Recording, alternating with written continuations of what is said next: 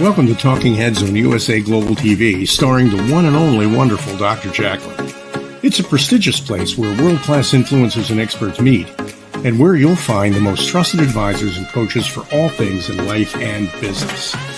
Visit usaglobaltv.com to sign up for our newsletter, get the value you need, and be first in line to learn about events and giveaways and other valuable content. Connect with us.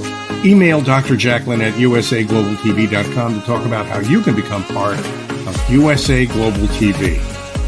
That's USA Global TV, where the doctor is always in. Hello, everyone, and welcome to USA Global TV, and hello to our friends listening on Business Talk Radio. I am Dr. JACALYN KERBECK, and our show today is The Business Talk Show. And today we're going to be discussing age discrimination in the workplace.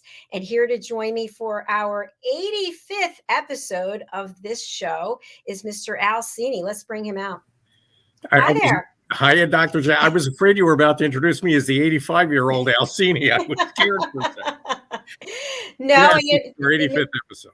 Normally, I give you a big welcome, and I decided to do that once you were on stage with me. Appreciate that. Yesterday, and I also want to say that you're doing a magic act already today. I mean, you've got the incredible appearing and disappearing scarf. I know. I was starting out with this scarf. I was like, no, I don't want to use it. Well, you asked me if it was okay. I said it was okay. You kept it on, and now it's off. And I'm sure it'll come back somewhere during the interview. And I can't wait, personally. Well, I try to change between every show, which I usually do, but I was undecided about the show. But I wanted our audience to know that yesterday I was interviewed. I'm not usually interviewed. I'm usually one doing the interviewing. I was interviewed by Ian Pelham-Turner and Helena Shard on their show, Voice of London. And I did a special call out to you because they asked me if I had a mentor, and if so, was I still in contact with that person? And I told them that you have been my mentor, and I have learned so much from you, and the way that you and I happened to meet and ended up doing a morning talk show together on a different channel. And from there, you just were always available to give me guidance and coaching to help develop this platform to where it is today. And you're still here with me. So thank you so much. I watched the interview, by the way, and you were great. And they asked great questions and you had great answers. And Ian and Helen are really good people. It was just terrific to see the three of you together. I noted that you called out to me. I felt that was gracious, and I'm very grateful. Thank you very much for that. And I'm kind of an accidental mentor. It didn't really start that way. If I'm your mentor, it's just because we work together and we pick things up from each other. I mean, we learn from each other. That's pretty much the way things are supposed to work. Yes, and for people who aren't aware, Mr. CINI did work at NBC, and he also has, what do you have, 4 other television shows that you do, Al? I do that I'm involved in at one level or another. Yeah, that's I'm not going to say this is my favorite, except it's my favorite. I really look forward to this. I really look forward to this chunk of time that I spend with you every week in it.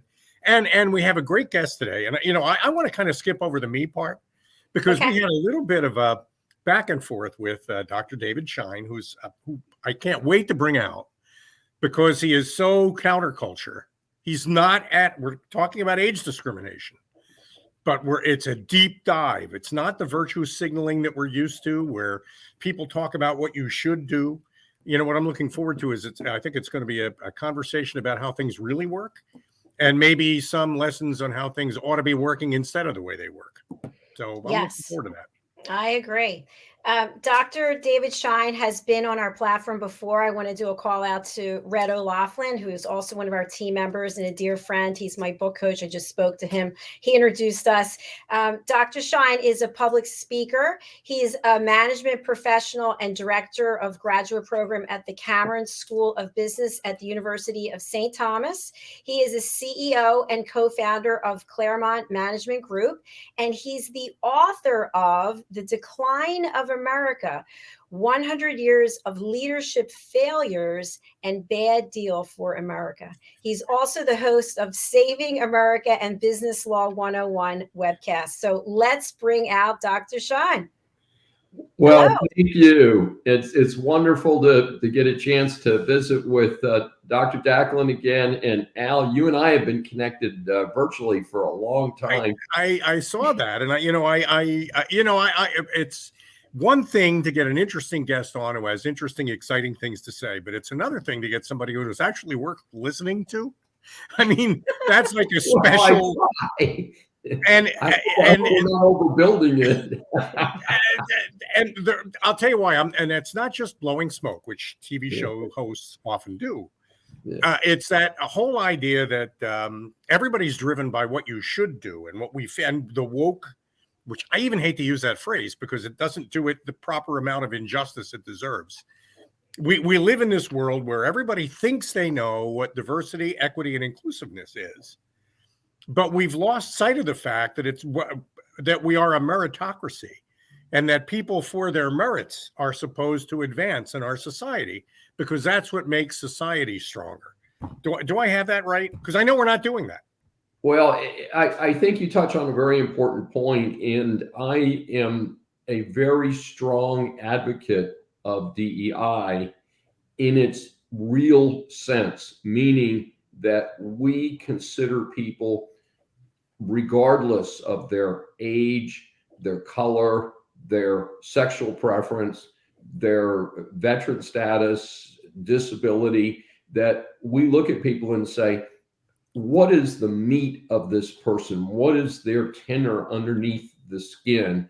Can they do the job? And that's what we should be focused on in America and throughout the world. And unfortunately, we are not doing that. And in fact, as I indicated, we did a little, pre-discussion, is that I feel we actually are moving away from that. And we've got a dramatic demonstration of this today on national TV, on the news networks. I was listening this morning to a little bit of the interview with Ketanji Jackson Brown, who is a candidate for the United States Supreme Court.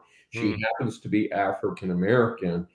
She has some wonderful educational credentials. I am not saying I am supporting her or not supporting her, but the unfortunate aspect to this specific nomination is that President Joe Biden said, I am going to nominate a Black female. He didn't say, I'm going to nominate an exceptionally qualified judicial candidate for what is a lifetime appointment. And this woman is relatively young. So I think we did a disservice to her, and we've done a disservice to the bench, and we've done a disservice to basically the cause of equal employment opportunity as it really ought to be applied. Yeah, I'm watching. I don't mean to take this over, Dr. JACALYN, but I think you'll appreciate this. Go ahead. I'm watching two things on cable television. I'm watching something called We Crashed, which is a dramatization of WeWork. And I'm watching something else called The Dropout, which is a dramatization of the Theranos debacle, and in both cases, we have very young people who are completely bamboozling very old senior people who are wondering if maybe somehow the young people don't miraculously have it right. After all these years, that whole concept of doing your homework and gathering the numbers and building a case, maybe that's the wrong way to go. Maybe what we all want to do from now on is just take zygotes like the Theranos lady and the WeWork guy and just give them $1 billion or $2 billion and let them run with it and hope for the best. And to me, that it's the craziest, wackiest reversal of common sense I think I've ever heard. And old guys don't even get a voice in a situation like that. Yeah, it is a troubling situation. Of course, I've been tracking the Theranos situation, and of course now that the sky has fallen in, she's claiming that she was a victim because she's female and things like that. And it's like, at the ultimate end, at least take your medicine, I mean, at least say, you know what, we ran a con job on the people, it didn't work. And I was aware of it from the beginning when I recall that there was early publicity that said, we're going to take a thimble full of blood and we're going to come up with all of these wonderful results. And as somebody just incidentally, recently I had blood work done, and and Al and I, Dr. JACALYN's too young to worry about this, but Al and I probably both had the same thing. You go and your doctor orders a blood panel and you think you're being bled for slaughter. And, they do about 6 tubes in your arm. And I'm like, at what point do you stop before I run out of blood? And so the concept of having a thimble full of blood and really working sounded terrific to me. So I actually paid attention early. I didn't really realize that the stock in the company had skyrocketed the way it had. And I think the company at its peak market value hit $6 or $8 billion in market cap. And clearly that was probably overblown all by itself. And then, of course, it got worse when the concept didn't work. So an old person who steps in, I mean, I'm not necessarily talking about you, Dr. Schein. I think I'm talking about me here. An old guy steps in and says, this is the way we've always done it. And I understand that you might have a different way to go, and I think it's worth considering. But maybe the way we've always done it isn't such a bad way to keep doing it. We just get, because we're old, I guess we get, if you're willing to suspend common sense, Dr. Schein, then anything becomes possible, doesn't it? Right. And of course, that's part of the woke philosophy that a lot of us are dealing with today, that as it's been well reported, 14 or so months ago, we suspended the American energy independence policy, and we've been struggling with it. And we were promised that greening of America was this wonderful outcome. Unfortunately, it's not worked well in the workplace, and it sure as heck has not worked well in the energy industry. And one simple statistic, we were talking about getting gasoline at Costco. And I paid $1.65 a gallon, which is one of the lowest prices in America, at my local Costco the month of January 2021, when Joe Biden took office. And yesterday morning, I got gasoline at the same Costco, and it was $3.77 a gallon.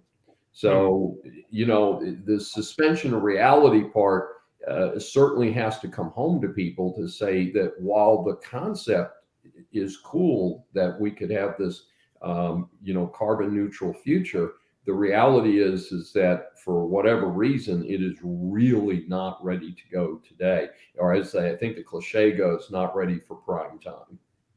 Now, well, Dr. JACALYN, I don't know. I've completely taken over the business talk show, probably because this triggers me. I like it. I want this. I'm triggered by all this because I'm just tired of the fact that somebody with 30 or 40 years worth of experience is considered too old to occupy a position that a 30-year-old bartender could just slide right into without having to think about it. And we're experiencing that in Washington, where I think they did put a 30-year-old bartender in Congress. Yes. And she's proceeded, her and her buddies, I refer to them. By the way, I've created a whole new language correction system. So it's not the squad, it's the squalids. And it's not the progressives, it's the regressives. Because if you study what they're talking about, a few hundred years ago, workers got upset because they were afraid that machinery was going to take their jobs, and they were called Luddites. But today, I think the squalids have taken over the role of the Luddites. Okay. Here's equal employment opportunity for you. I happen to know, because I was a psych major, that half the population has average or lower IQ.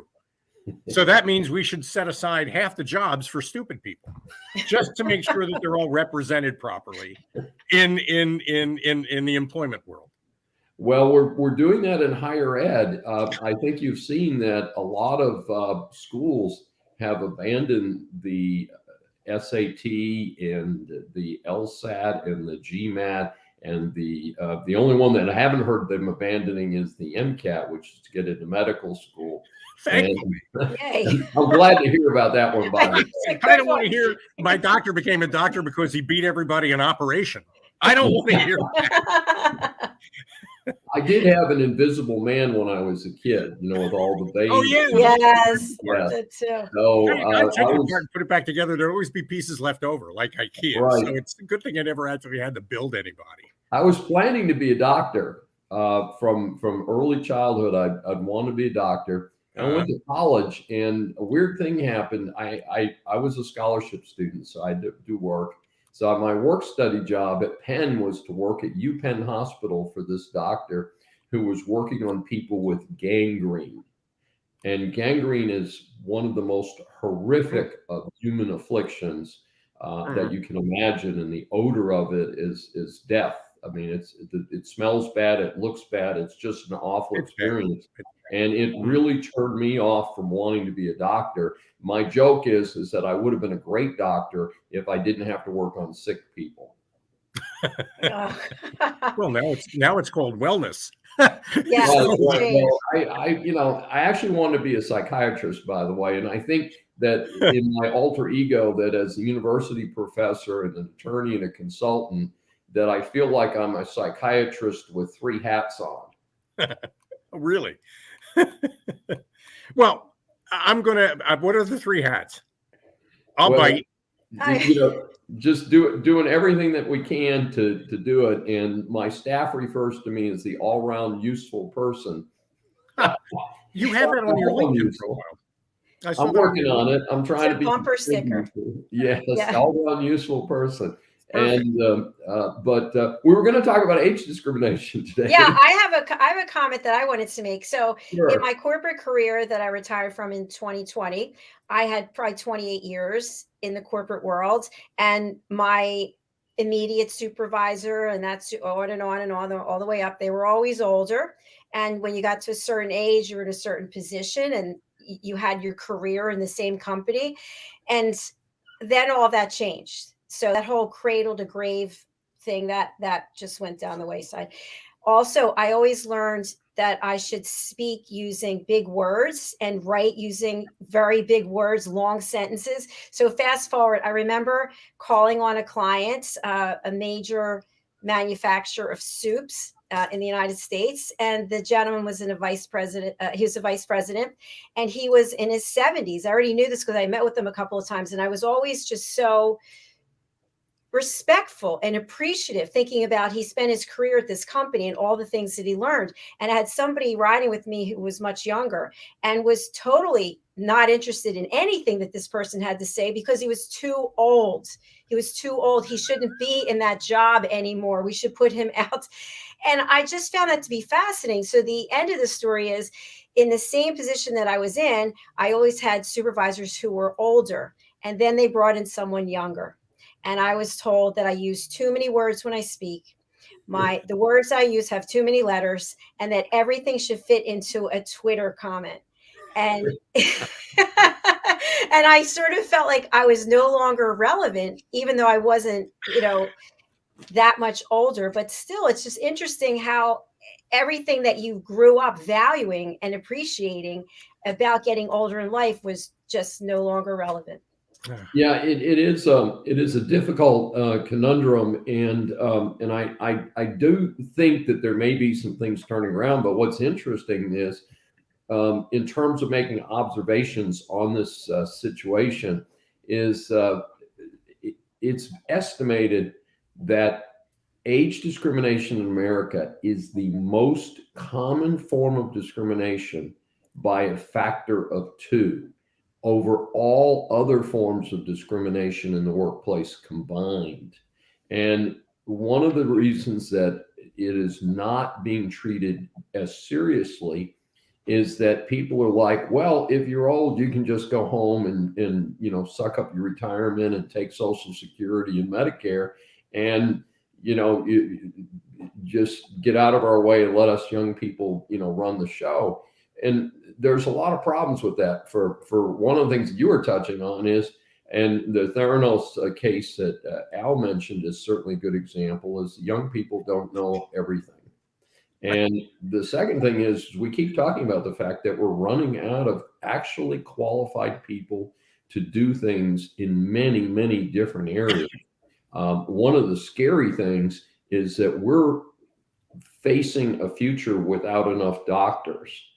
And unfortunately, because of some changes in the medical profession and the way it's treated financially and so forth, a lot of the doctors that I know, and I have doctors as clients, tell me that they are going to retire, that they don't want to keep dealing with the government red tape, the insurance companies, Medicare, and they've made enough money that they're just going to bail out. And I'm concerned about who's replacing them.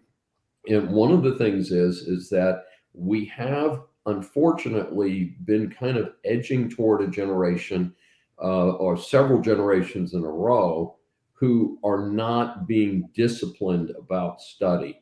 And you cannot become a good lawyer, you cannot become a good doctor or good engineer if you're not willing to put the time in on the books and just crank out those 3 R's, reading, writing, and arithmetic. I know that sounds very old-fashioned, but it isn't the ability to play video games. It's not the ability to post something very clever in a few words on Twitter. It's you have to actually know how to do calculus and math and how to you know, study for many hours a week in order to get to any level of accomplishment. And one of the number one things that I'm seeing in the workplace today, and it's generally people in their late 20s through their late 30s, and I do consulting with employers, is people who simply do not show up for work. And I teach business law, and it happens this week I'm teaching the employment law module in my own classes this week. And I actually said that to my students yesterday. I said, the number one claim that I am dealing with right now are people who are not showing up for work. And I can tell you that is not something that you hear very often about prior generations in the workplace. That's, you know, there's a cautionary tale and all that. And listen, speaking as an older person, an older white person, I mean, you know, I'm kind of the trifecta. You know, I'm all that. Yeah, the kids today, it feels like they graduate from the Fisher-Price School of Business and the Mattel School of Engineering. And you know, it's awful. I see exactly what you see, David. Honestly, I see the same thing. They don't want to do the work.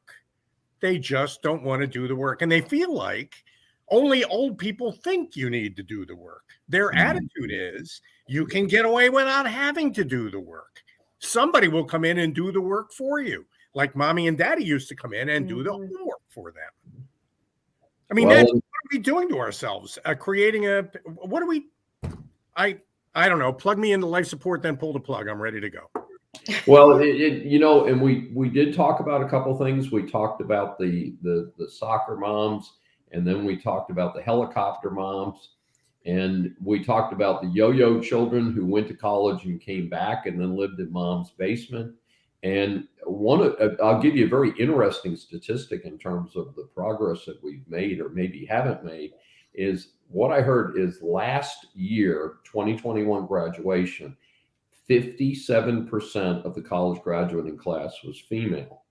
Now, the positive spin on that is to say that women are surging in the workplace. which is in itself a great thing. And we are achieving a much more balanced workplace between men and women than I think anybody thought we could accomplish at this level.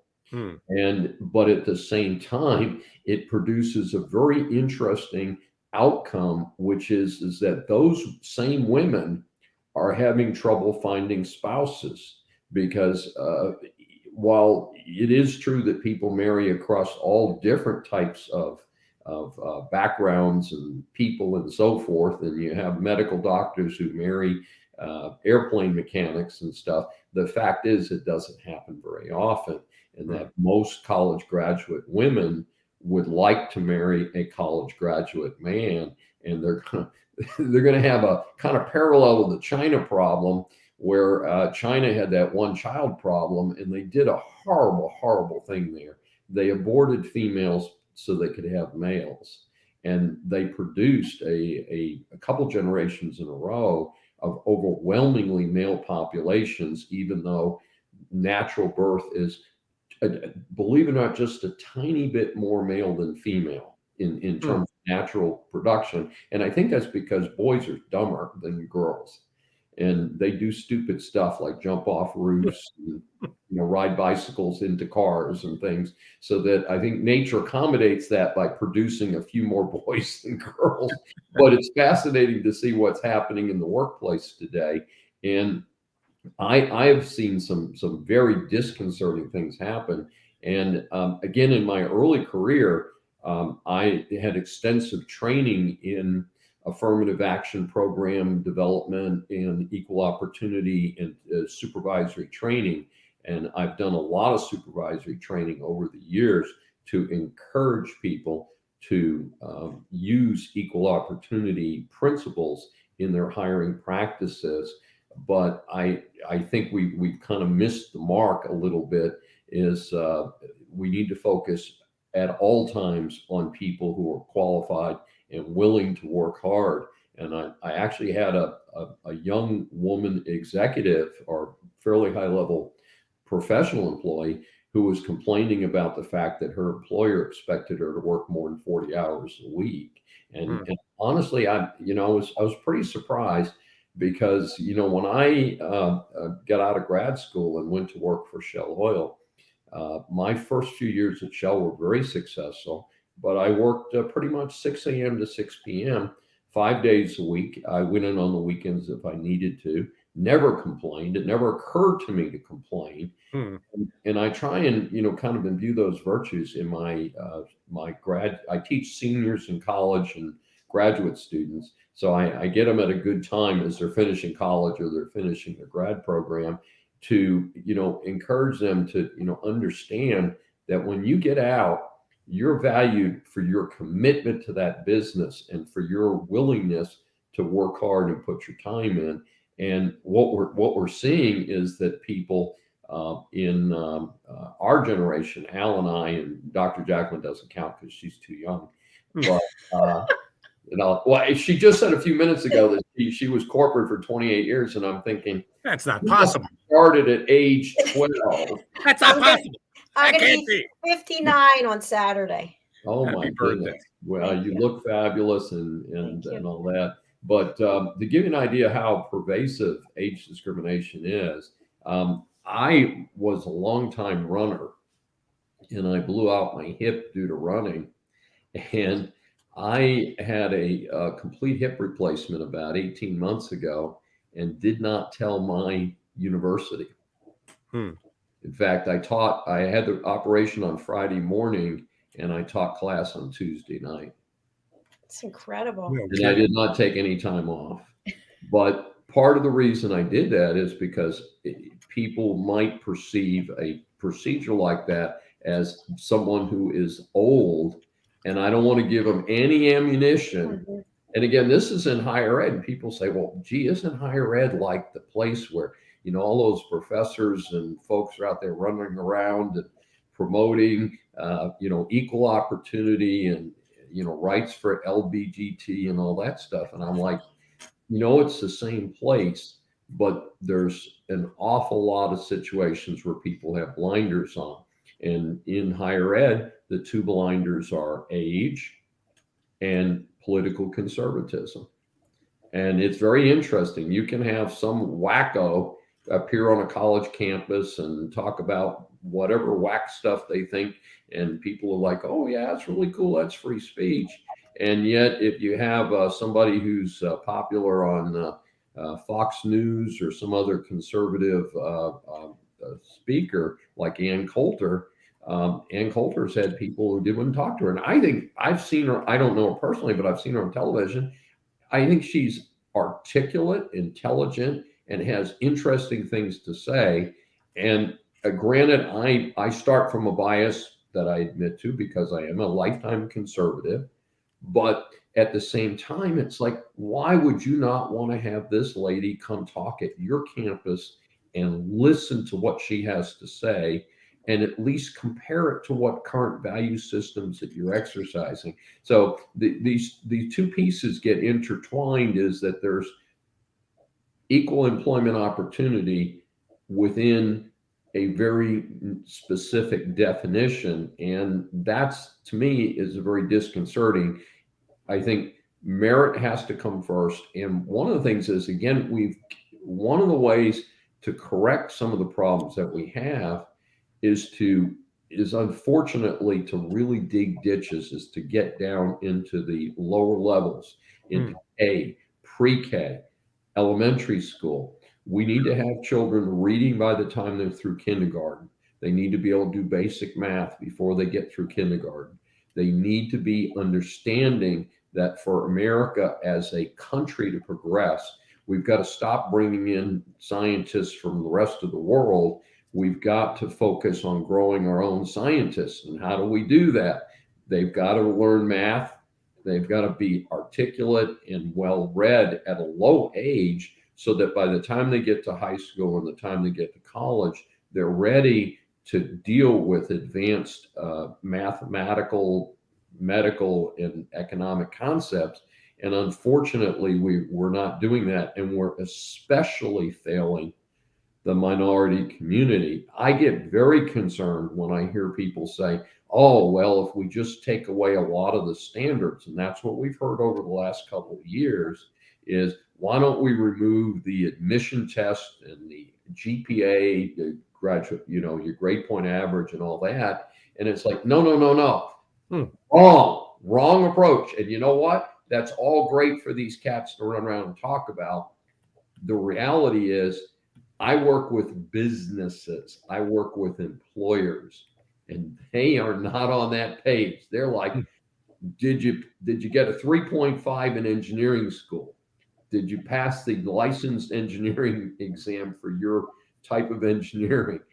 They don't care about a lot of stuff. And this false narrative that, oh, people of color or people who are LBGT or whatever it is are not getting ahead because employers care. Employers care about getting the job done. That's what they want.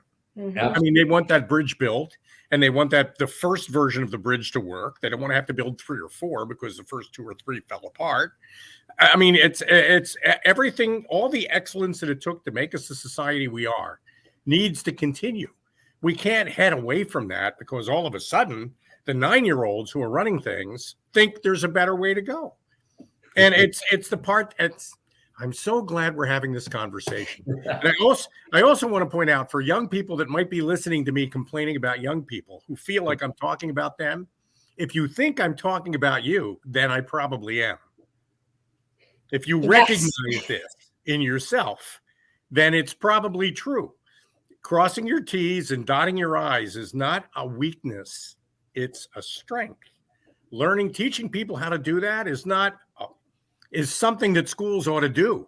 It's not something they should evolve beyond. Oh, it drives me crazy. And I mentioned I was a trifecta: old, white, and right of center conservative. I have grandchildren, and one of the things that I do for my grandchildren is I get books for them, age-appropriate books, or maybe books that are just a little bit up the edge from where they are. And one of the concerns I had is, and I'm multi-degreed, is I've got my oldest granddaughter, your pride and joy is your first grandchild. Not that the rest aren't super important. Careful now. Careful now. So cool. Sure. It's so cool to have that first grandchild. So she was not a good reader, and she was maybe 6 or 7 when I'm visiting with her, and I realized that she's not a good reader, didn't care. So we worked on it. We found some books that she was interested in. I think initially they had unicorns in them or something, and that's cool. I don't care what the subject is, dragons, unicorns. My 2 younger grandsons are really into dinosaurs. But I'll tell you what, he knows the difference between a herbivore and a carnivore at age 3. He's telling me, yeah, Dad, that's this type of dinosaur, and it's like that. And I'm so thrilled because I don't care if he's talking about dinosaurs or not. What I care about is there's an advanced thinking and reading principle. So the older granddaughter gets hooked on reading, and she sneaks into bed at night, uses the flashlight to read under the covers. So we make sure the batteries stay charged. That's great. But the point is unfortunately, we're in a situation where we understand the value of education and getting them to where they are. And I never pressured my children, or certainly not my grandchildren, to pursue any particular career. I think part of being a good parent and being a good employer is to explore the person's interests and values, not to impose our interests and values on them, but to let them explore a little bit and see if they want to be a doctor or an engineer. But hopefully we're going to expose our children better to those types of principles, and let's focus on that for now and let them figure out what they want to do later. And I think that's really important today. I think that's going to help us as a society. Okay, I'm dying to ask this question. I've spoken so much. I'm starting to feel guilty. Dr. JACALYN's giving me the stink eye, but I don't care. I'm going to ask this question anyway. She's not. She's actually being really courteous about this. You're a senior person. You're white. You're a conservative, and you're a college professor. So I guess you sit alone in the faculty dining room. Well, the interesting thing is that a lot of it is based on interpersonal communication, and I actually don't sit alone in the faculty dining room. But we also don't have big discussions about politics. But you know what? It's about what you can deliver. And one of the things people come up and they say, well, you've produced 2 books in the last 4 years. You produce 2-3 journal articles a year. You're doing 2 webcasts a week. How do you get all that time? How on earth do you do that? And I'm hearing that from my fellow faculty members. And I'm like, well, there are a couple of basic things. One of the things is focus. And that's something I teach my students. I'm not a particularly talented tennis player, but when I play tennis, I pay attention out on the court, and I play with folks. I play once or twice a week, twice a week if I'm lucky. I'm playing with people who are playing 3 times a week, who have much better skills, and I am competitive with them and sometimes beat them. The difference is paying attention and really being focused on accomplishing your job. So when I'm on the tennis court, I pay attention to being a good tennis player. When I'm writing, I pay attention to being a good writer. When I'm in the classroom, to be a good professor and to be a leader and a good example for my students. For instance, I wear a suit every day when I teach, and only 2 of my fellow faculty members do that. And I think teaching in a business school at university, that showing good example is important. And I was at a faculty meeting yesterday where part of the discussion was that the students don't even know how to tie a tie to go to a job interview. Wow. Things like that. So there's a lot of basics I think that we can bring. And, people do ask me because of my particular age, well, you thought about retirement. And I said, this is my 3rd career. I was corporate, I was in private practice, and now I've been in full-time higher ed for about 15 years. And I said, I can't conceptualize why I would retire, but I stay very, very focused. I don't have the the youngsters are not local. I don't have any kids at home, no pets at home. And I go in the office and work 7 days a week. Well, By the way, Mr. CINI, I asked Dr. Schein to join us for Talking Heads, but he can't fit it into his schedule. Wouldn't he be great? he would be great. He would be He would, great. he would be really, it's a great perspective, and he demonstrates why, if you're a 35 or 40-year-old business owner and you're looking to fill an important position in your company, there are people older than you out there that are well equipped to fill those jobs. And you may not be looking at them because you don't want to hire your mother or your father. That's a mommy and daddy issue that's holding you back from being the best you can be. Grow up and get over it. You know, I think you both know that I had my own business when I was in college. I actually fell into it. I started by being in public radio, and people came up to me, and Dr. JACALYN interviewed me on another Talking Head segment, and I talked about being asked to help manage folk singers and artists because I was straight. I was not a drug user back in the time of sex, drugs, and rock and roll. And, you know, part of what happened is I developed a small business, and the people, every person who worked older than me by, in some cases, a significant amount. In fact, the person that I was closest to was actually older than my parents, but I didn't know that. I didn't know his actual age. And it turns out later I found out that he was actually older than my dad. But the point is that we had a very successful operation because we operated as a team, regardless of age or gender. You know, we had women, black male, white male, and we worked together as a team, and it worked very well. We did have some good success during that time. Another proof point. So both of you gentlemen are parents. Okay, I am not.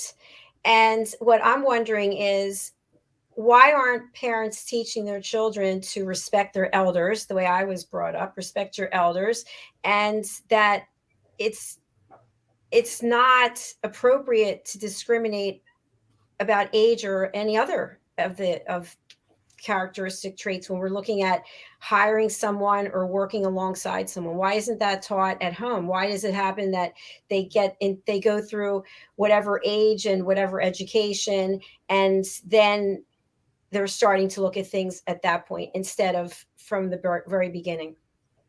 I think we've lost a little bit of a grasp of that. And you heard me very specifically say that we were intervening and really getting involved in the reading level of our grandchildren.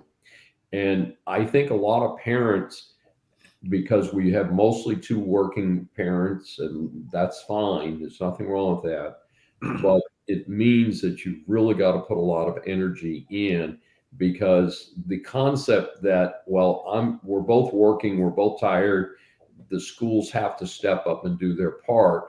The reality is that the schools aren't doing their part, and the parents have to make sure that one of two things happen: that education is featured in the household, and that education is really the main focus of what happens in the classroom. And I think at the lower grades, I'm personally very excited about what's happening in Loudoun County, Virginia, where they had 500 people show up at a school board meeting. And I was an involved parent, by the way. I was on Houston is a large city. I was on the Houston School District they had an improvement committee with about 200 people on it, and I was one of the corporate executives assigned to be on that committee, and I was on that for 2 years, so it was very interesting. But I was always very involved in my kids' education. All my kids have done great, but I think part of it is the operation of really focusing on their education. And for myself, I had two parents. My mom had a GED. My dad was a high school graduate. Neither one of them attended college. That, by the way, the cliche today is that's called a first gen. So I am a first gen. A lot of my students at the University of St. Thomas, because it's a Hispanic serving institution, we have a lot of first gen students. And part of that is that focus on, you are going to get that college degree. And my parents emphasize that. It's hilarious because they had no concept of how they were going to pay for it. And I was very fortunate. My parents must have been a delusion because I got a full scholarship to college and then worked my way through college with the full scholarship. The next year, my next oldest sister, I'm the oldest of 7, got a full scholarship to the same university. And she also took no money from my parents. So my parents must have thought this is a pretty good deal. You tell your kids all the way through school that they're going to go to college. And by golly, they go to college. They leave home and they go to college. That's a pretty good deal. But today we are expected to, people of middle class and upper middle class are certainly expected to pay, their kids at least through college, maybe not through grad school, but, somewhere in there. And I, have dealt with that, kind of pay it forward by supporting my own children to make sure that they have the resources to be successful adults. And then, of course, the flip side of that is at some point you cut them off the dole and you say, hey, you know what? I helped you get through college and grad school and all that. You get out there and do your thing, take care of your kids. And what I do, rather than give money to my children, I give money to the grandchildren and put it in 529 plans so that when they get to college, it'll be a little easier for their parents because there's a few dollars sitting there that's exclusively for their education. And a lot of people misunderstand that. Is sometimes they say, well, aren't you predetermining that your children are going to go to college? And no, a 529 plan can be used to use any advanced training. They could learn to be electricians, HVAC, plumber. They do not have to use it to go to an academic college. So I think it's important, again, that we parents have to refocus our efforts on our children. And at the same time, we also need to do what you said a few minutes ago, Al. We need them to understand that everybody brings value to the game and that it's about the merit of the individual, not their age or their color or any other characteristic. I'm a first gen. First time I've used that term, but I understand the principle. The big difference these days is I'm a first gen when he went to college was usually a man. Women did too. I mean, the school I went to didn't become co-ed until 2 years after I started. It was still all men. Which school? I went to LaSalle in Philadelphia. Yay, LaSalle. Yeah, LaSalle Explorers. Great school. $1,000 a year. Cost me $1,000 a year to go to school. Fantastic. That was that back, and you could flunk. It was possible to fail. And if colleges have gone in the wrong direction at all, it's two ways. Are you telling us something, Al? No. Yeah, they made it difficult to fail. They made it easy to get A's. Because I think grade inflation has been a real problem. And also $40,000, $50,000, $60,000 a year. Yeah. Vietnam changed our grading system for the worse, and unfortunately, it's very difficult. Is what the reason for it? A lot. I explain this to students sometimes if they listen to me. Is during Vietnam, if you didn't go to college, you went to Vietnam. You could be drafted. This was during the draft. So what happened was, if you got a 2S deferment to go to college, if you flunked out of college, you pretty much were on the next boat to, not directly, of course, you went into boot camp and then to Vietnam. So a lot of the college professors were, kind of the woke of that generation, were against the war in Vietnam. And so what they were doing is artificially inflating grades so that their students didn't flunk out. And what happened is that became intrinsic in the higher ed system, where believe it or not, it's supposed to be that you mentioned about IQ a few minutes ago, but the reality is the margin, the midpoint is supposed to be C plus B minus. And I'll tell you, as a professor, if you're at C plus B minus, you're probably going to get horrible student evals, and you're probably going to get thrown out of the university. And that's just part of the bitter reality today. Is most of these students expect A's, not earn them, but expect them. And that's very difficult. And I do hope that we will be able to get that under control. And that is not under control today in higher ed. But again, I know where it started, but it doesn't mean it's the draft went all volunteer, I think in 1975, Wow. So it's been around, the non-draft's been around a long time. So I'm hoping that things will settle down a little bit. I'm also hoping, as I mentioned, that we're going to get back to having these admission tests, and that our students do well enough that the admission tests are not considered as something that discriminates against people. Yeah. Very wise, buddy. Dr. JACALYN, thank you for this opportunity to talk to this guy. What a great guy. I know, he's a great guy. And guess what? He's going to have to come back again, because today we interviewed another doctor on a different show, The Art of Mental Health Wealth. And she's in India, and she has been fed up with the education system. So she went out and founded her own school and schools. And basically, I'm just summarizing my understanding of what she said, that instead of us focusing on all the things that students don't do right, with, at least when I went to school, the redlining of the papers, and you spelled this wrong and you missed this concept, that all that should be put aside. And the focus should be on what it is that each individual student does well. Interesting approach. Yes. Yes. So that could be a whole other set of shows there.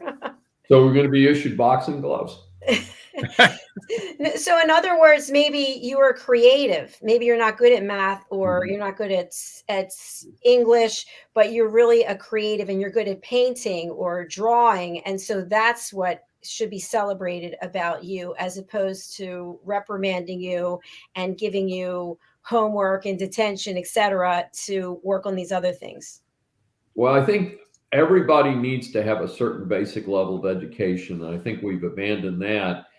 But I do agree with, and as I said with my own children, I never said, gee, you need to be a lawyer or a doctor or something like that. And I do know that there are some families where the parents do pressure the children to either follow in a family profession or to do a certain thing. And a lot of times you hear from those people, that's not what I wanted to do. And I ended up doing this. And then in midlife, they end up changing careers. And it would have been more productive if they had done what they really wanted to do. But I think that it's very important for all of us to be able to read and do basic math and stuff like that. And I actually was talking about it yesterday with some people, and I won't get into the discussion because we're out of time, but it was very interesting. You're talking about the absence of basic education in populations. If Picasso ever designed a bridge, Dr. JACALYN, I'd be right behind you and riding across it. When you got to the other side, give me a call, and if it worked. It's all right, Al. It's all right to come over. Come in the canoe, though. Yeah, give it a try. Toll's probably $100,000. Dr. Schein, we have to have you back again, please. Always happy to do it. And, apologize I can't do more of it, but they expect me to show up and teach class. I know. Can you imagine that? That's crazy. Outrageous. No, just come back and visit as a guest. That would be terrific. Thanks so much. We appreciate it. All right. And your contact information for people who want to reach out to you, who would you like to contact you, and how should they reach you? Well, I'm very happy to hear from everybody. We've been busy. As you know, I've got the 2 books out and stuff like that. So we're very open on social media. And if people want to connect with me directly, they can go to our website for my consulting firm, World Wide Web, ClaremontManagementGroup.com. And very happy to hear from people. All right. Sorry that the banner was on your face. That's not a problem. They look better than me. Thanks, David. Thank you, David. Thank both of you, and have a great rest of the week. Take care. Real pleasure. Thanks, You too. Bye. I just love this guy, and it's no surprise to me because he is friends with Red and with Gail, who's another one of our guests who've been here. You've built quite a family here, and they're really great, tough thinkers. I mean, they're challenging people. They're not just going to take things at face value. That's what makes the conversation so great. Yeah. So I just got a great idea. Well, Mr. CINI, you're here, and Dr. Schein's here. Al, our next show is Talking Heads, and it's your show. It's your 30 minutes. And April the 12th, we're starting our first Talking Heads panel, and there are 5 Talking Heads. You're one of them. I think we should have a guest on the Talking Heads panel, and it should be Dr. Schein, because the 5 of you, you know, the 5 of you who are talking heads, you're all pretty spirited, and you know, If you if have, he can squeeze us in, let's get him on. That would be great. yeah, we're going to get Good. him on, definitely. All right, Good. Dr. Sean, I'll be in touch. All right, Al, I'm going to Thank you. spotlight you, and I'm going to put up your banner, which I haven't done yet today. And if you could just share with our audience, your Talking Head show is coming up next. What can people expect? That's well, this will be the third in a series of 5 where I'm talking about brand and culture alignment. And today is what I'm really looking forward to. So today we get to talk about branding, but behavioral branding. I mean, that whole idea that a logo is a brand is partially right. And what we're going to do is talk about the dynamics of brand based on role models that we've been talking about the last 2 conversations. We're going to try to build that up with some examples to explain what a logo actually represents. And it represents a kind of a mindset. When you see the Apple logo, you feel something, and that feeling that you get is really their brand. And we're going to talk about how that comes alive and how it can come alive for your company. Outstanding. Thank you, Al. And the best way for people to get in touch with you is? al.cini, al.cini at getbcat, getbcat.com. Thank you, Al. And for those of you who aren't aware, our Talking Heads platform is a platform where experts from around the world have their own show. I just mentioned Mr. CINI is a talking head. He has his own show, which is right after the business show. And they bring us their expertise and experience in a 30-minute lesson to help make us better personally and or professionally. And then we have the Talking Heads panel, which is 5 talking heads, and they get a topic right before the show, and look out. And now that we know Dr. Shine's on board as a guest, I'm pretty pumped up about that. I am definitely on board about that. That'd be fun. It's definitely going to be fun. All right, Al, you and I have to go because we have to get to the next show. Thank you, I Dr. do. I got to get a Shine. beer to get ready for this. So I'll be online in about 4 minutes. I'm looking forward to it. All right, bye everyone. We'll see you soon. Thanks.